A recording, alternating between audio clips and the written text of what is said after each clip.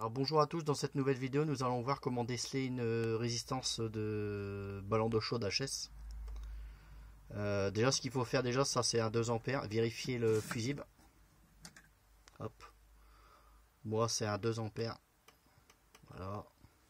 Donc on voit bien la pastille rouge, donc c'est bon. Hop, je le remets.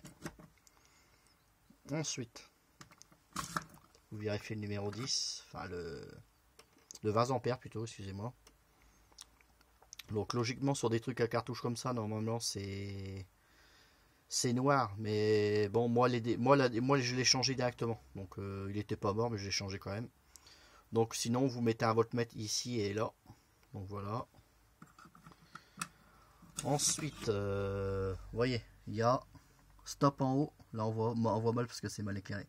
Il y a stop, automatique et manuel.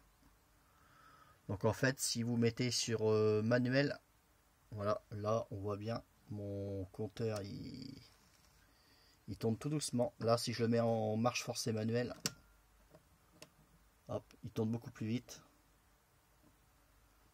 Voilà. Donc voilà, là je le mets, hop, je le remets en machin. Je vais mettre en pause et je vous reprends juste après pour vous faire voir la pièce défectueuse. Alors me revoilà pour le reste de la vidéo. J'ai démonté ça qui était en fait sous le ballon d'eau chaude il y a un cache blanc, vous démontez le cache. Par contre bien couper l'électricité, c'est impératif. Vous enlevez les deux fusibles et vous mettez sur stop ou vous coupez carrément l'alimentation de votre compteur. C'est impératif parce que là ce qui va se passer ici c'est qu'il va y avoir les deux bornes ici, il va y avoir du courant. Voilà. Donc moi je l'ai démonté, le diagnostic a été vite fait. Ici c'est noir et ici c'est noir. Donc en fait le truc est bien HS. Ici si c'est cassé c'est parce que c'est moi qui l'ai plié pour savoir un peu comment c'était fait à l'intérieur. Donc voilà, la panne qui s'est passée c'est que j'avais plus d'eau chaude ou partiellement. Ça, en fait le disque que je vous ai fait voir tout à l'heure il tournait en intermittence, il s'arrêtait, il redémarrait, il s'arrêtait. Donc en fait la résistance n'envoyait plus la puissance sur ces deux bandes là directement au ballon d'eau chaude. Donc c'était aléatoire, donc j'avais de l'eau mais était plus du tout à la température que je voulais. Du coup, d'après un réparateur, si vous faites appel à un réparateur, lui il va vous dire automatiquement qu'il faut changer le ballon d'eau chaude. Un ballon d'eau chaude en thermoplongée vaut environ 150 €.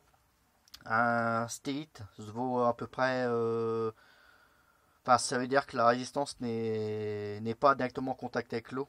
Donc le ballon vaut entre 200, 300, voire plus. Ça dépend de la marque que vous utilisez. Sachant qu'une pièce comme ça vaut 30 €. Donc ça vaut le coup de le changer. Moi je l'ai changé, donc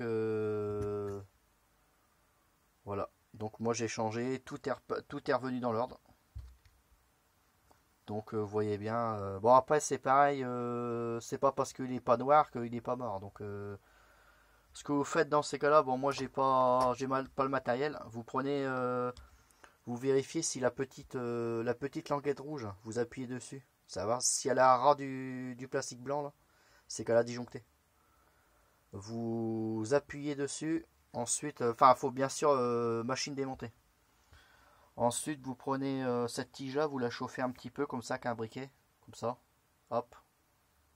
Et normalement, le petit loquet ici va sauter. Si vous appuyez dessus il est bien, il est bon en fait, il va ressauter. En fait, vous chauffez toute la résistance comme ça de droite à gauche. Au bout d'un moment, ça disjonctera et ça veut dire qu'en fait votre sonde sera bonne quoi. Donc voilà, si vous voulez plus d'explications, envoyez-moi un petit message, je vous répondrai dans les brefs délais quoi. Donc voilà pour ce tuto de dépannage. Bon, à bientôt pour une nouvelle vidéo. Au revoir.